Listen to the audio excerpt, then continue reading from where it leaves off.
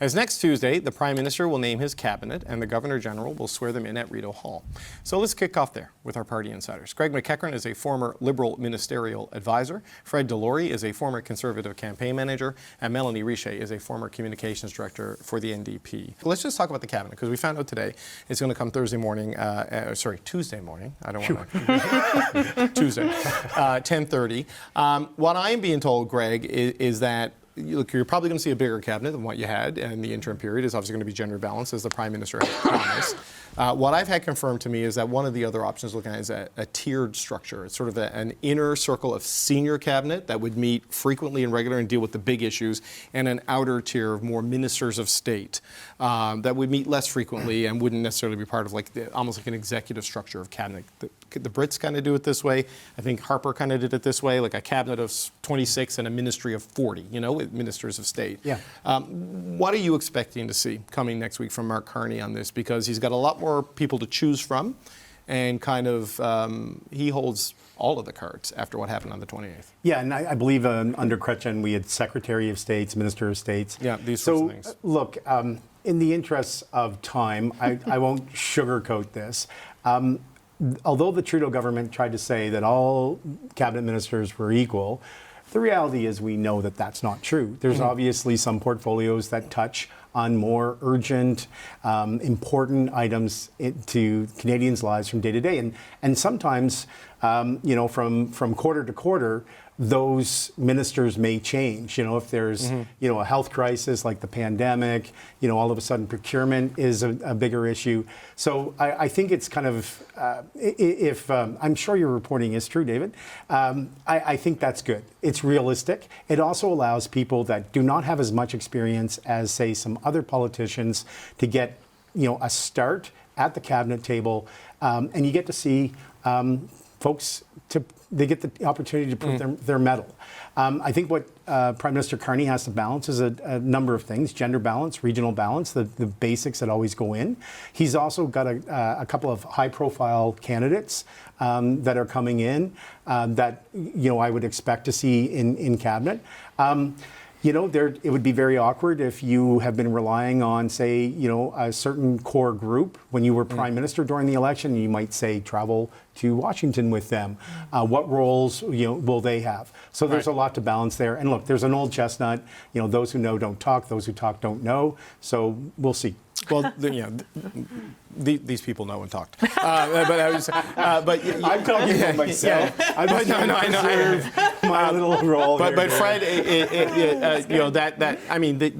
the inner circle of cabinet is how it functions in practice, whether it's done that way in structure. But he seems like a more focused, smaller agenda item list kind of Prime Minister. I'm told he likes a smaller table, and this seems to be the sort of thing that gives you a more focused agenda, move with urgency, because I think there's going to be a lot of centralized control, but to give her propulsion rather than to slow things down from this PMO. Absolutely. It's a good sign to have a tighter, more focused cabinet that can focus on the issues. When you get a big cabinet, like at the end of the Trudeau regime, you had so many cabinet ministers that had no actual departments or deputy ministers. They were titles. They weren't actually doing anything, but they were still sitting around the table weighing in without actually having the... and no levers to pull when they left the meeting, to pull. There was it wasn't a good setup. If you go back to a system that's tiered, even if you have senior cabinet ministers with ministers of state or secretaries of state who have at least mandates carved out that they need to focus on. And it does seem to be all accounts that Carney wants to focus on that and actually be results driven, not announcement driven like the previous government. Now, he set an agenda. He had a press conference last week where we went over, where he made lots of very solid points about what he wants to get done when, and we'll have to see if he can do that.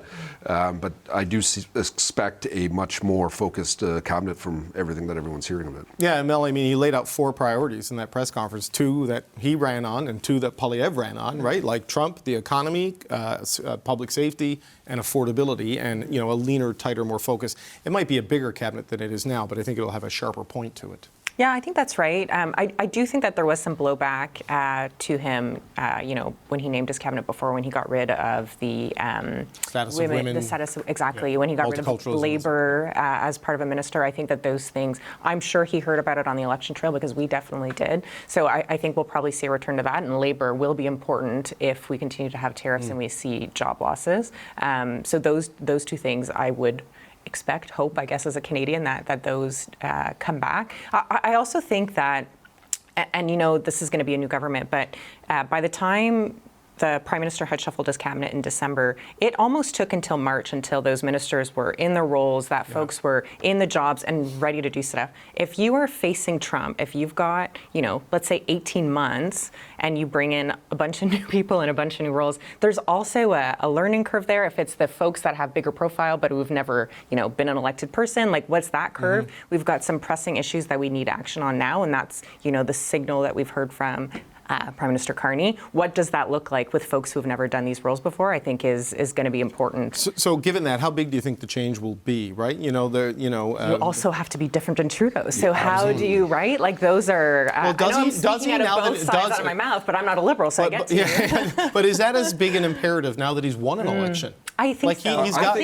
I think it is, because if not, you have all these cabinet ministers that were there for the Trudeau era, that was all about the announcement and not actual getting the productivity and getting things done. And if Carney's real focus is actually moving things, I think he needs ministers that can, actually move things. And there was no sign that the previous government did that. There'll be a couple, I'm sure, that will remain, but he needs he's recruited all these new MPs too that won. Yeah. So, I also just quickly, I also think that, of course, the Liberals won a lot of seats. The big reason that we heard is because Trump was so scary to a lot of people, right? If Trump is no longer a player the next time we go to an election, and folks, we're still just as upset with the Liberals in this election. We saw it in the Conservative numbers. Those are still things that you're going to have to deal with come next time. And if Trump isn't, this big threat, if he doesn't separate himself from Trudeau, if he doesn't show that he can actually get stuff done, I think that record is still going to be around for sure. Craig, your thoughts on that? Then we're going to take a break and switch topics. I want to apply Fred's logic about using people from a previous time to Andrew Scheer for a second. I mean, if that's... We're going to talk about the Conservatives in a second. Let's stick with the cabinet and what's going to happen. But do you expect, he's got Tim Hodgson, he's got Claude Gay, he's got Carlos Leitao, he's got Gregor Robertson. He's got a bunch of people. He's got Alberta MP, Saskatchewan MP, and Buckley Boulanger. I mean, do you think he makes half of it new, or what do you think, ratio-wise? And again, I do not have an inner circle source on this, but some folks in government have suggested that he would probably need around 50% of new faces to kind of bring in some new blood. And look, that's not necessarily a bad thing. Yeah, I wonder if you retired but then unretired, does that count as new? I don't know. We'll have to find out. All right, we're going to take. It's a good question.